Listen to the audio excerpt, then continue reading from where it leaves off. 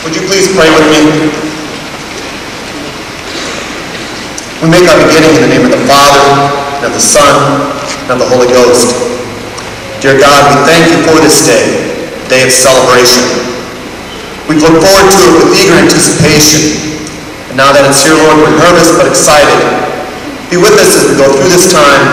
Let these proceedings be to your glory. In Christ's name, amen. Please be seated.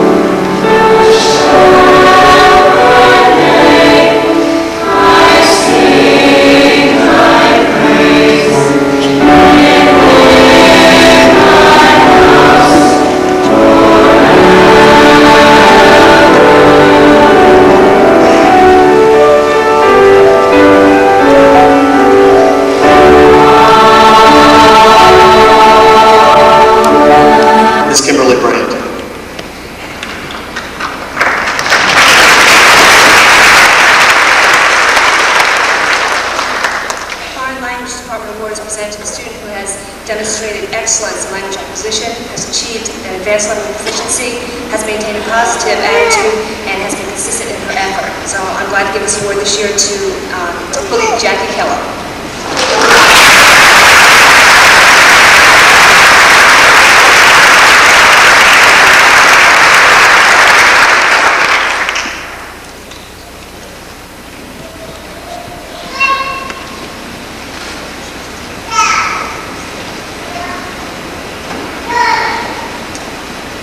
Business Department, Ms. Barbara Travers.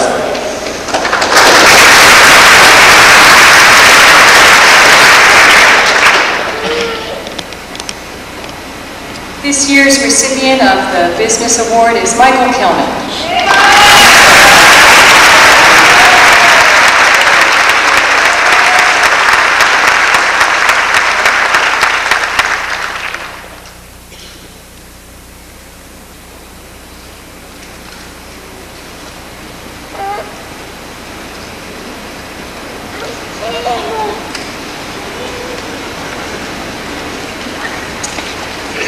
For our Social Studies Department, Mr. Joel Landstrom.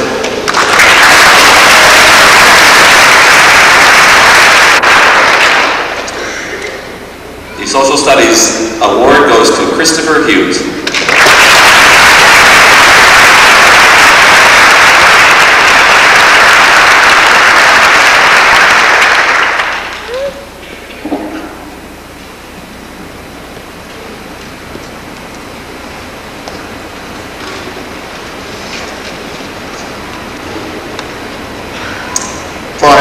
Department, Mr. Doug Gallagher.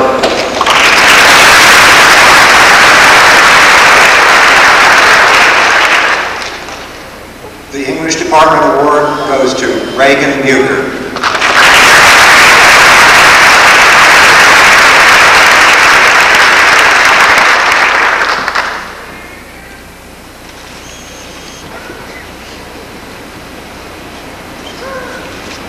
For our Math Department, Mrs. Dorothy Freck.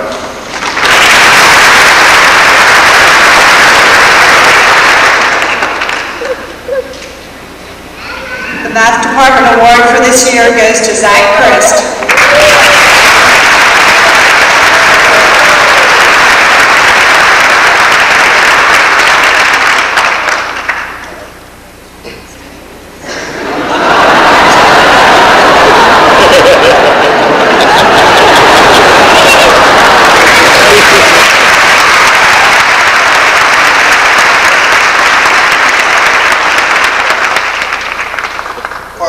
Department, Mr. Ted Henn.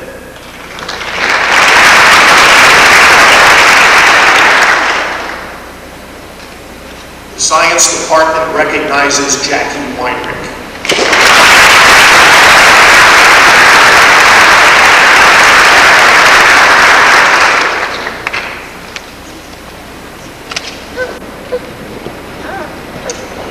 And for our Religion Department, Reverend Paul Biggle.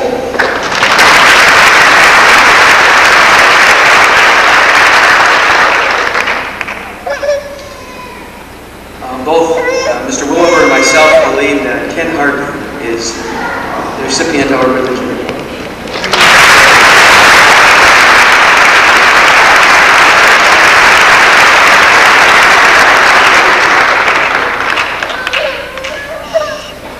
I ask you to stay down there.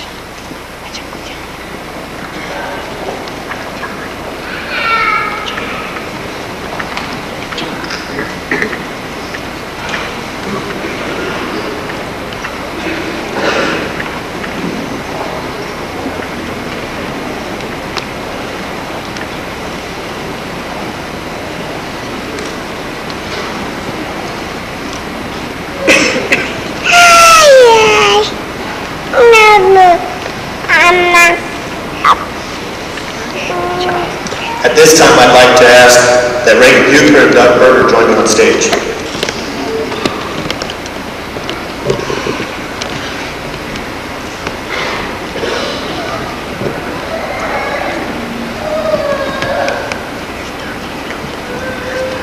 Reagan and Doug are this year's Outstanding Seniors. To be considered for Outstanding Seniors, they needed to have an overall GPA of at least 3.0. Secondly, they needed to be nominated by a member of the faculty. After that, the procedure for determining the outstanding senior was to look at the kinds of things that they were involved in beyond the classroom and the regular academics. Doug has been involved in the soccer teams and the tennis teams here at Baltimore Lutheran. He's also sung within his name. He's been a class officer for a number of years, and Doug is also a member of the National Honor Society. 1995 Male Outstanding Senior, Mr. Douglas Berger.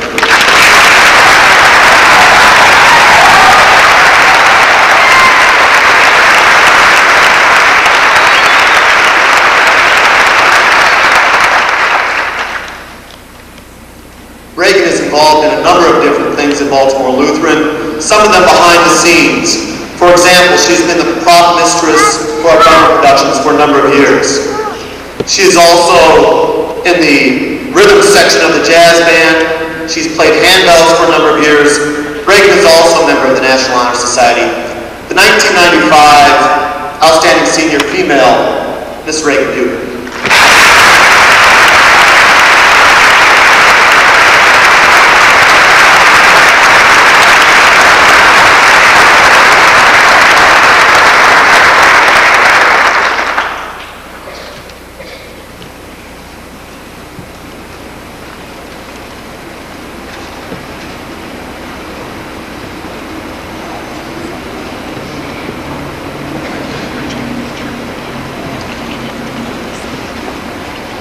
At this time, it's my privilege to introduce to you our speaker for this morning in our commencement.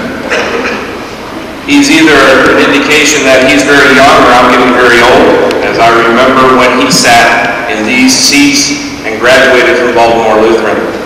Since that time, he went on and earned a degree from Valparaiso University, came back to the Baltimore area, taught for a year with Baltimore Common Schools, taught for several years at Baltimore Lutheran, and is now principal at St. Paul Lutheran School in Kingsville. It is my privilege and my honor to present to you Mr. Tom Cole.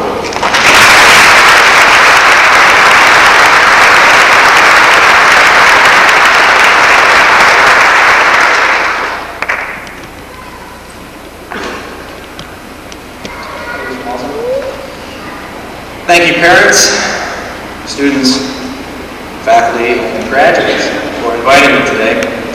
It is truly an honor to be here in this place.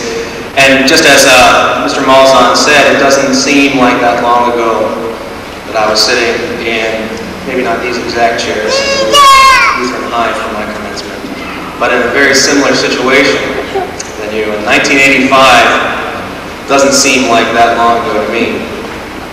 Though in those 10 years, really a lot of changes have happened in my life, and I think you will all probably look back in 10 years and just wonder about where you are. This class of 1995 is special to me since it was the first 9th grade class that I taught at Lutheran High School. And I remember seeing them as freshmen and thinking, well, 4 years from now, yeah, it could be great. But it's great to see that everybody has come so far, grown so tall, learned so much. It's great to see the progress that you've made from freshmen to now being soon-to-be graduates of Baltimore Lutheran High School. Like I said, it didn't seem that long ago that I was sitting in those seats and thinking about a lot of things.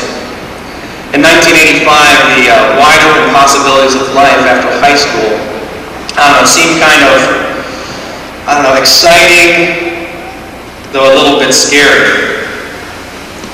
Everything seemed so uncertain. I knew where I was going to college. I was going to a university, Valparaiso University. I'd already decided that, but what I was going to study, what I was going to do after that, everything seemed so uncertain. Relationships that I had in high school, well, they seemed kind of tenuous. Because here I am going away to Chicago, and well, I really didn't think that it would be possible for us to somehow stay as close as we were the 4 years I spent at Lutheran High School.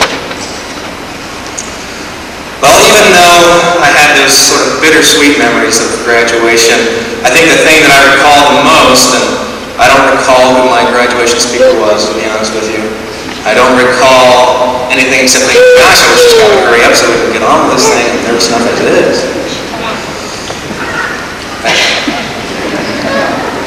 But I do recall the feeling of anticipation of what must certainly lie ahead. Some of you maybe have already decided where you're going to go to school. Others may have decided that, well, what I want to do now is join the military. Some of you maybe have decided that, well, I want to look for a job. Maybe others of you are already contemplating marital plans. Yes, parents, it seems incredible to believe, but just in a few years, that will probably be the case. So this anticipation is what I remember the most. The excitement, it's great. It's an exciting time of your life, and I think you'll always look back on this time and treasure these memories. Well, some of you may be feeling relief. Well, I've finally gotten through high school. I've done my academics. I can look forward to the next thing. Others of you may feel regret. Maybe there's something that you wish you would have done in high school, played a certain sport. Maybe there are things that you left undone, things you wish you had done, things you wish you wouldn't have done. But I hope, at least, that one of the emotions that you are feeling is anticipation, that excitement that comes at the end of something, the beginning of something new. Without that type of emotion, without these times, life would be somewhat stale, I think.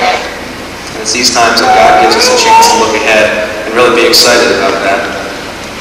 Well, I found out that this is not the only time that I felt that way at my graduation from high school. And I think you're going to find that there are going to be a lot of other times that you feel this type of anticipation too.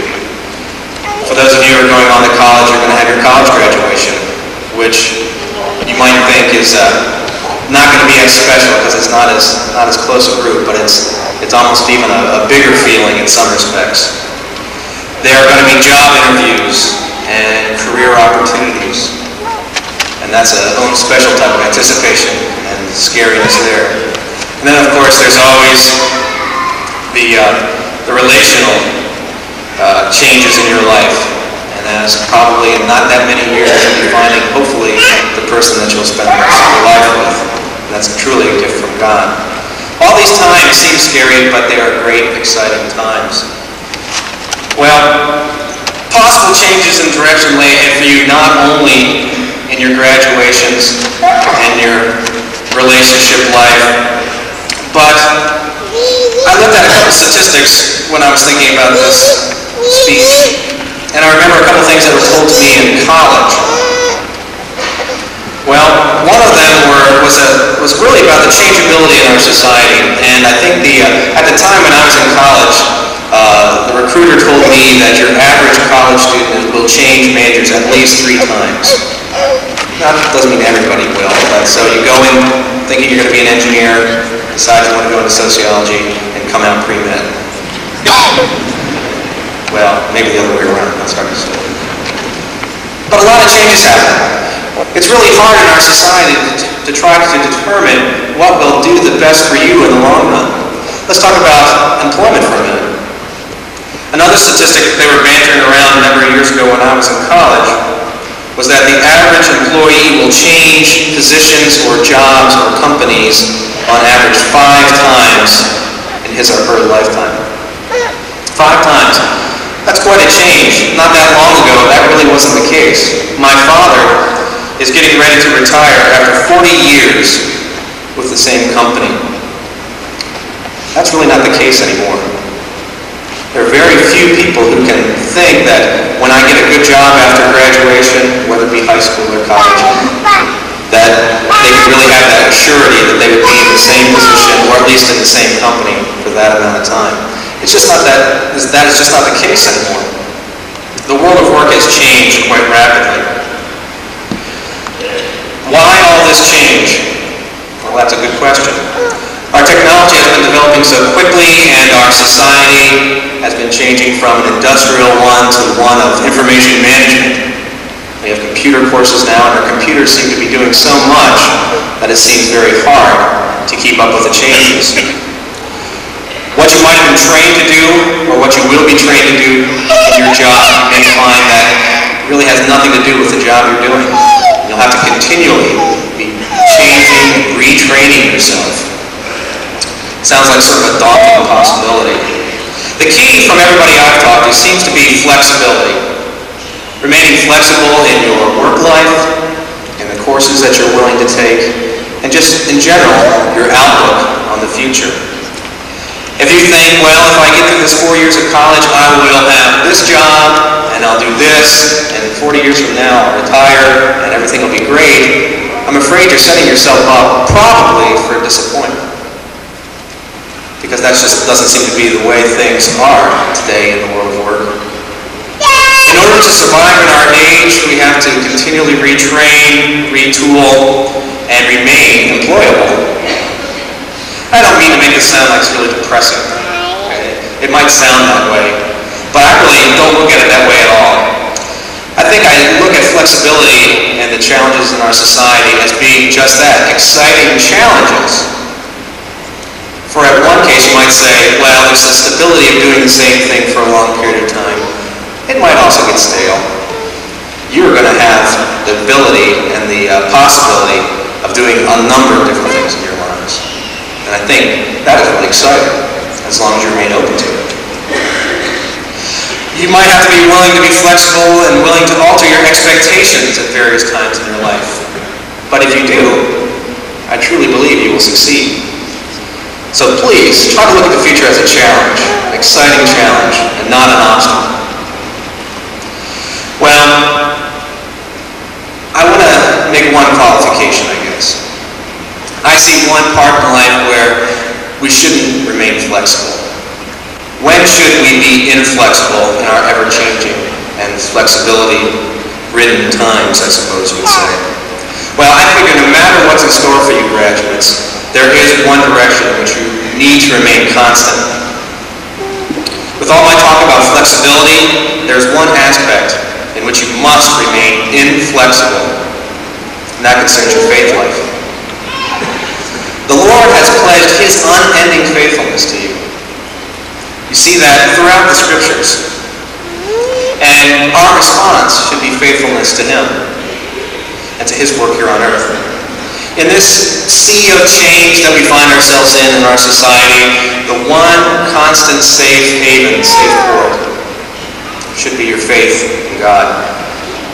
I can't think of a more beautiful message of peace and hope and tranquility in this time of change.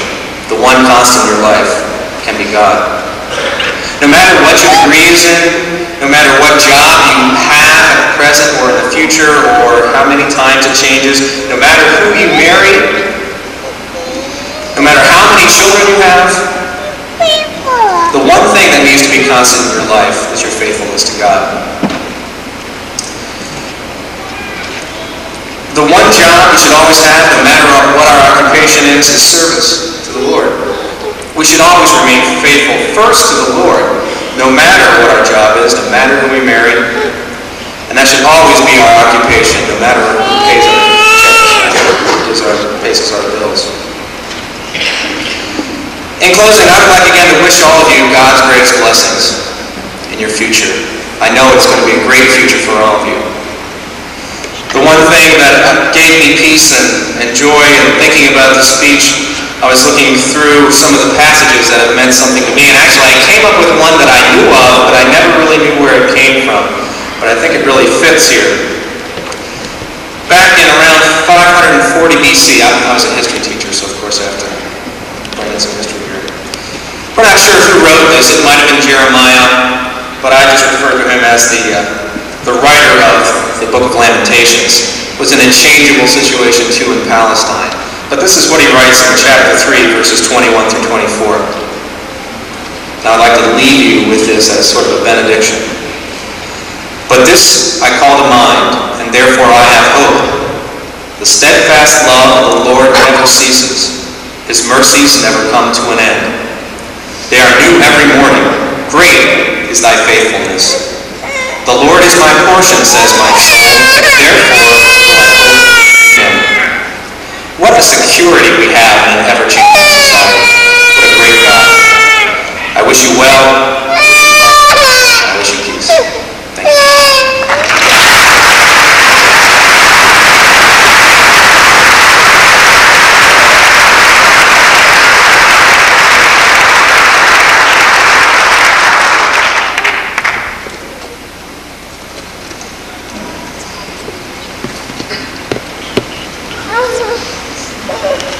It's always moving.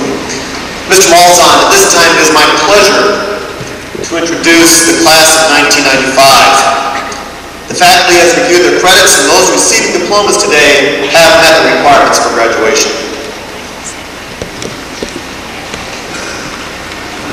Thank you very much. And in just a moment, we're going to make their day and put that folder in their hand. But first, an announcement about some history for Baltimore Lutheran. Today is a very special day in the history of our school because today is the first time that graduates of our class are children of people who graduated years ago. And that is a real milestone for the history of any school. And our board of directors, in light of that, has established, hopefully there will be a long tradition, and that the parent who graduated from our school will accompany their student up with me, and on behalf of me and Baltimore Lutheran will present their diplomas. And so now, ladies and gentlemen, let's do what you've been waiting for.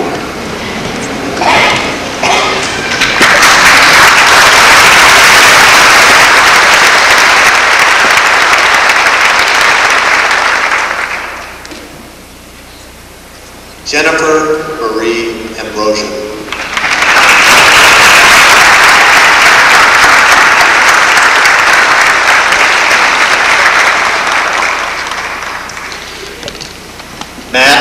Dale Ahmed.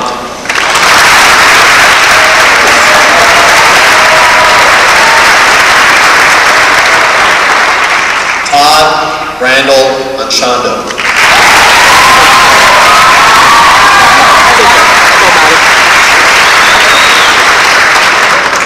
Forrest Carl Dare.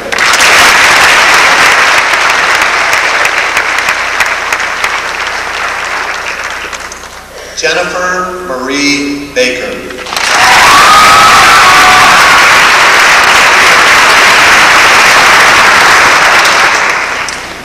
Douglas Andrew Brent Berger.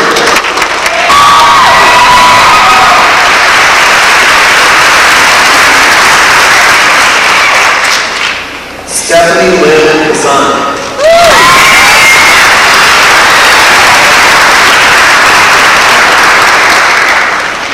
Mr. Ron Chapman, class of 1970, presenting the diploma to his daughter, Kimberly Ann Chapman.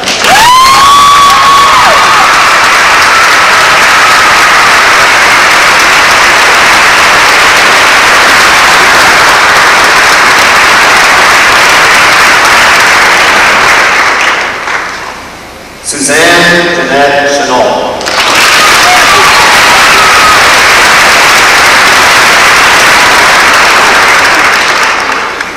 Zachary Charles Frist.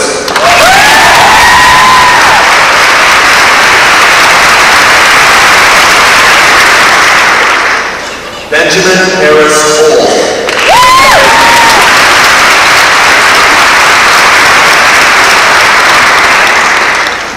Kelvin Marie Carrera.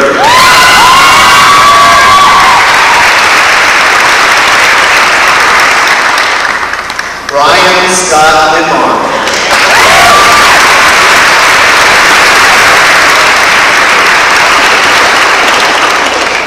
Shane Mark Downs.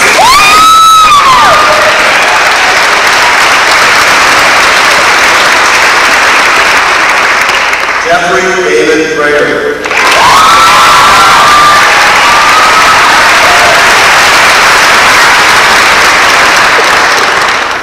Robert Edward Dudley.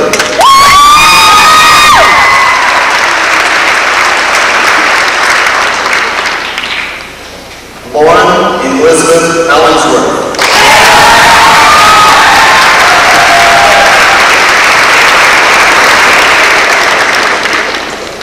Matthew Thomas Ernst.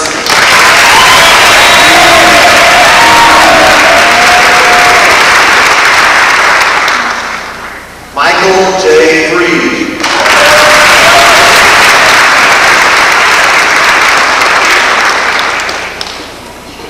Bradley Scott Cordell.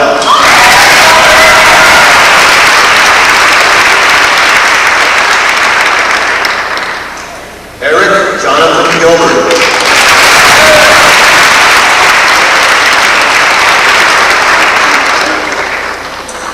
Kenneth Robert Hardy Jr.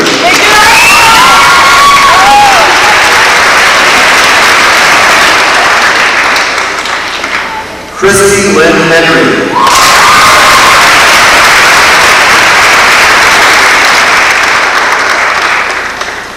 Jason Philip Hewitt.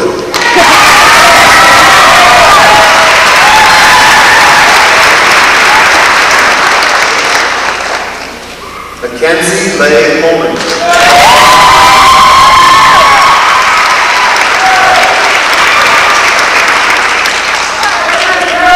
Paul Robert Hope.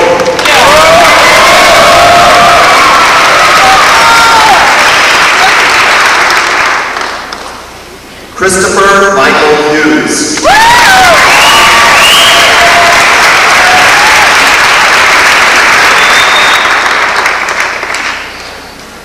Mrs. Cindy Bell, class of 1971, presenting the diploma to her daughter, Nicole Heather Jones.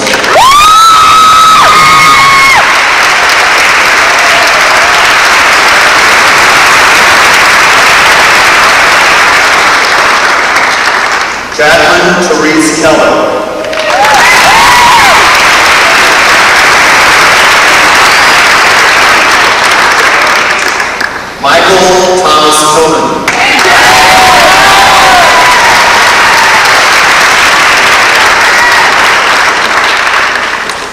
Jay Booth Kim.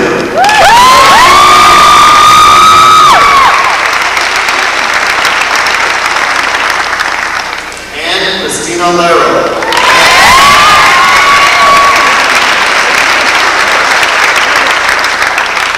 Hi, Aubrey Lozelle.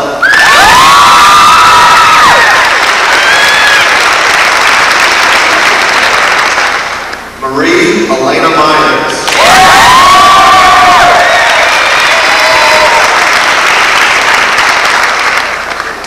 Noelle Christine Novak.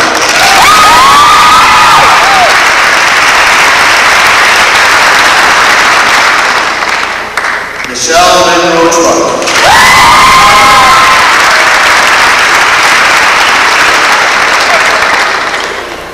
David Brian Saunders.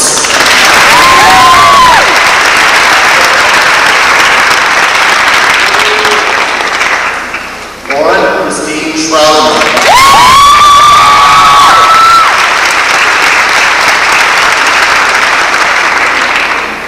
John Louis Schwartz.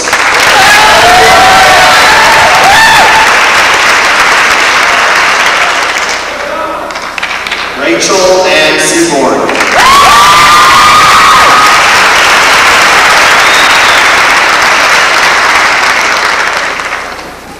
Jennifer Lynn Smoot.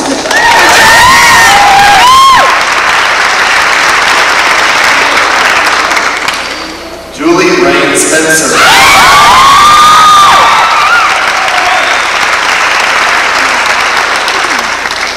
Nicole Alicia Spriggs.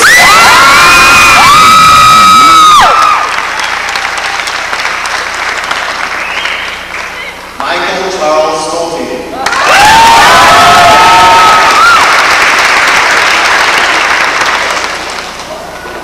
Carrie Sue Walton.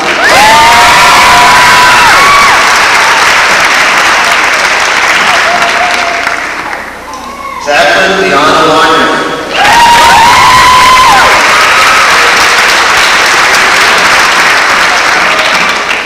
Wing C. Young.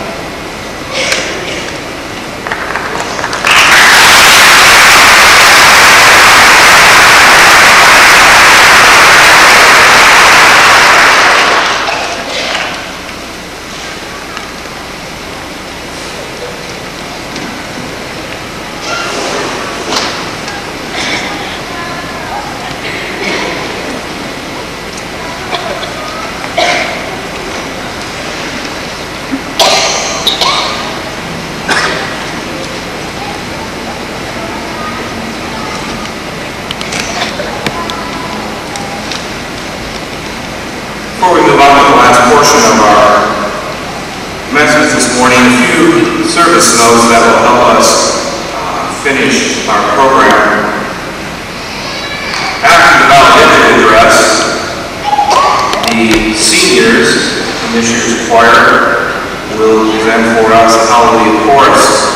We realized that tradition would have that those in attendance at that time would stand. However, in an effort to allow them to be here so that we can all see them and enjoy their performance, I would ask today that we remain seated. Also, liturgically, it is appropriate that we would normally stand within a benediction, but again, because when we get to our parting blessings, that will be a choral blessing to us, we would again ask that we be seated so that we can both see and enjoy the performance as well as receive God's blessing. An insertion at this time and some more awards before the valedictory address.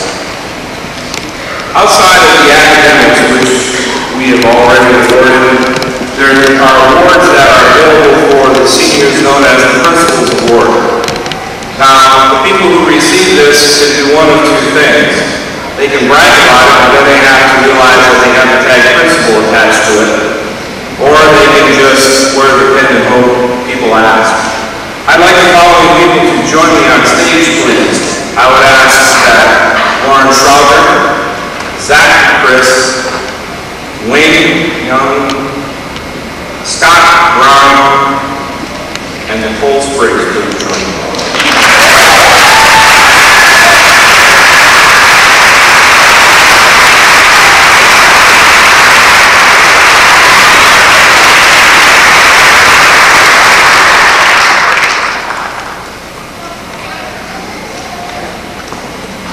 To receive this award, the senior has to receive a nomination from a faculty person, and that has to be a written nomination to the principal.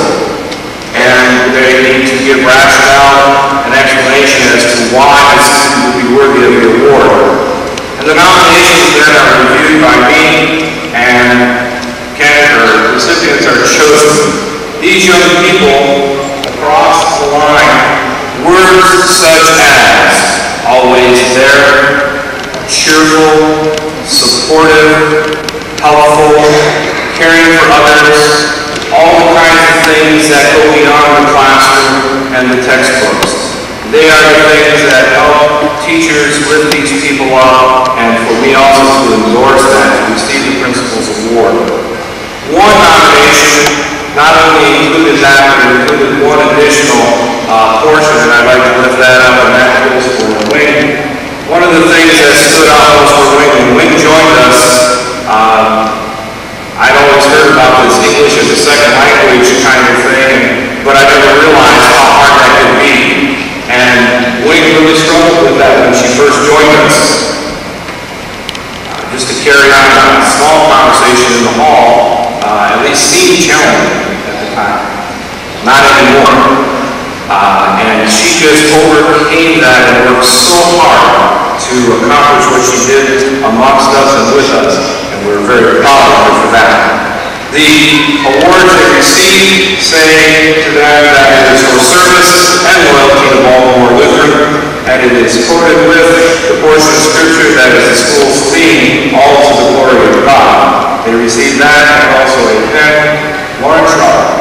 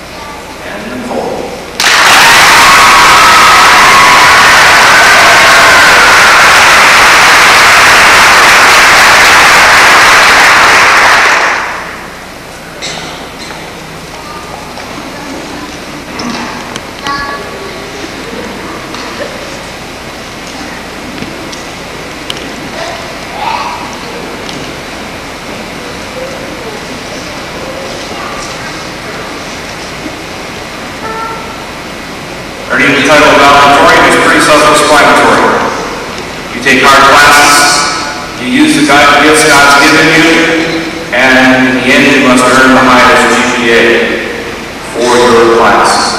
This year's recipient, having done all of those with great style, grace, and honor, Ms. Raven Bucher.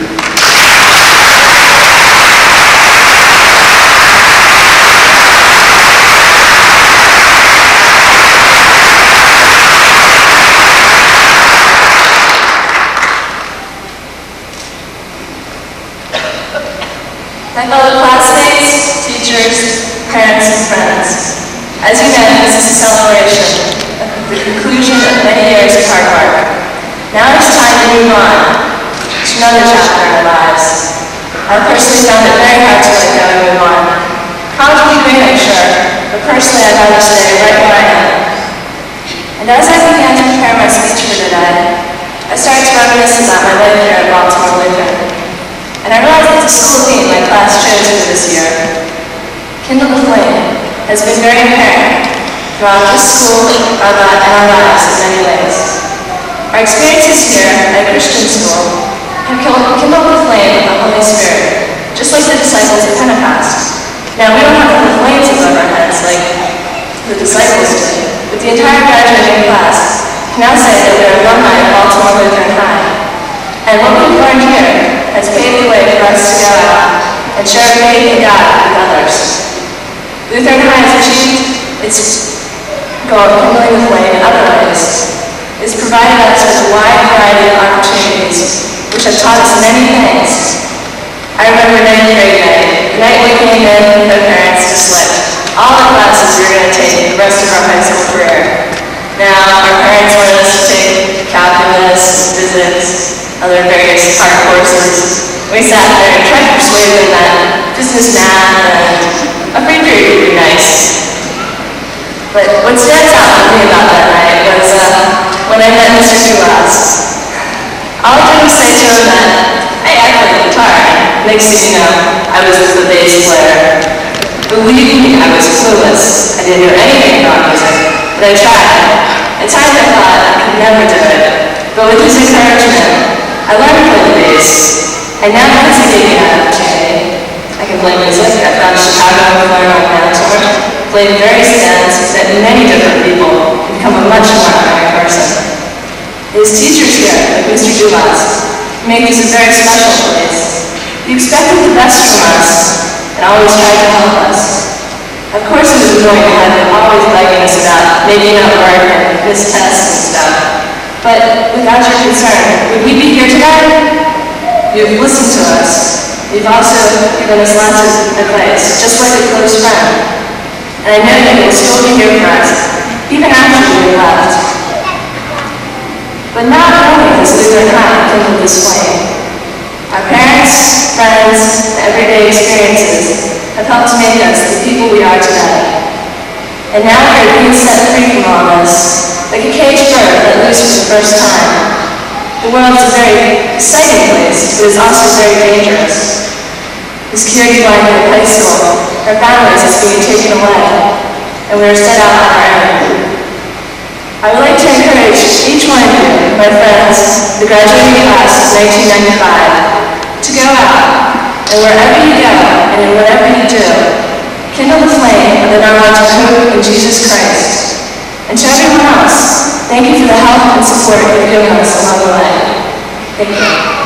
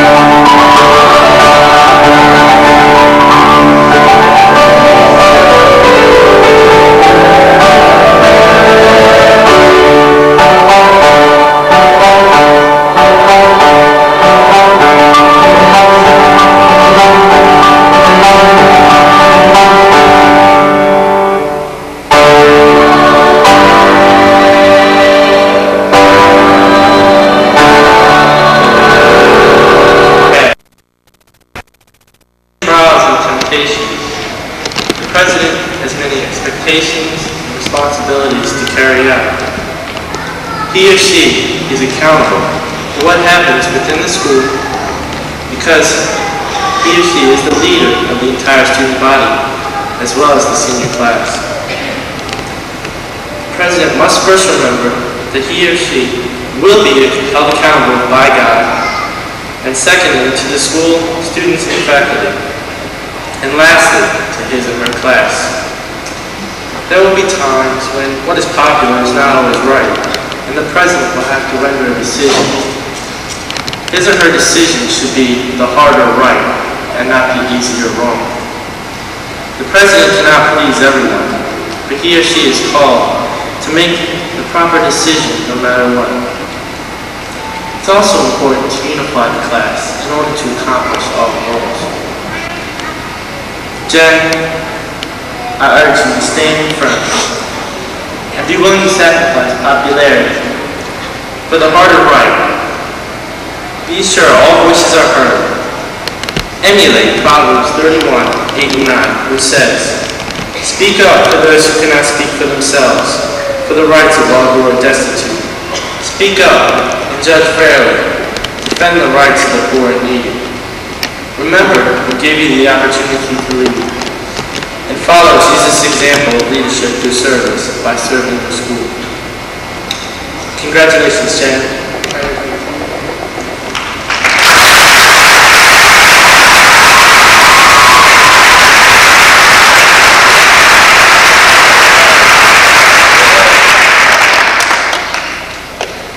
In choosing a theme, our class has chosen One Love. The class of 1996 wants to continue on the stride of unity. We have one goal for next year, to grow as a class. I accept the responsibility of leading my class and developing a more positive atmosphere and greater unity of students in the school. I hope to motivate people to work together so that we are truly in one love. I'd like to close with Romans 15 verses 5 and 6. May the God who gives endurance and encouragement give you a spirit of unity among yourselves as you follow Christ Jesus, so that with one heart and mouth you may glorify the God and Father, our Lord Jesus Christ.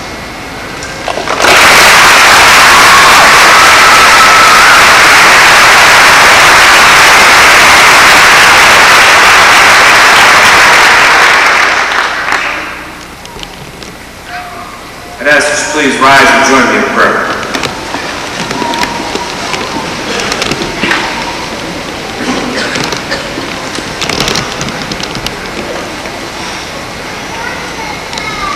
Dear Heavenly Father, you continue to shower us with gifts and blessings.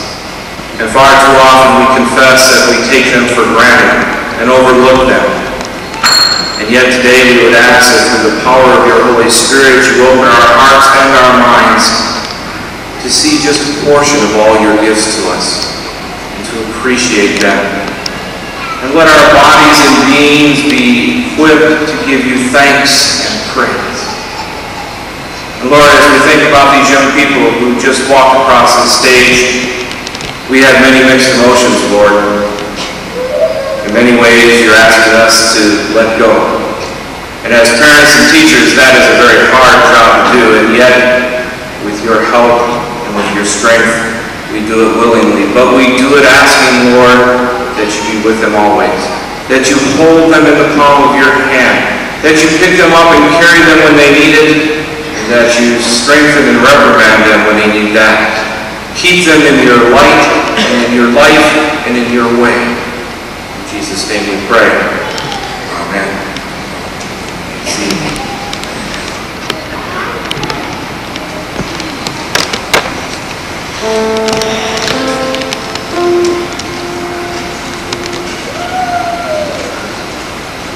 May the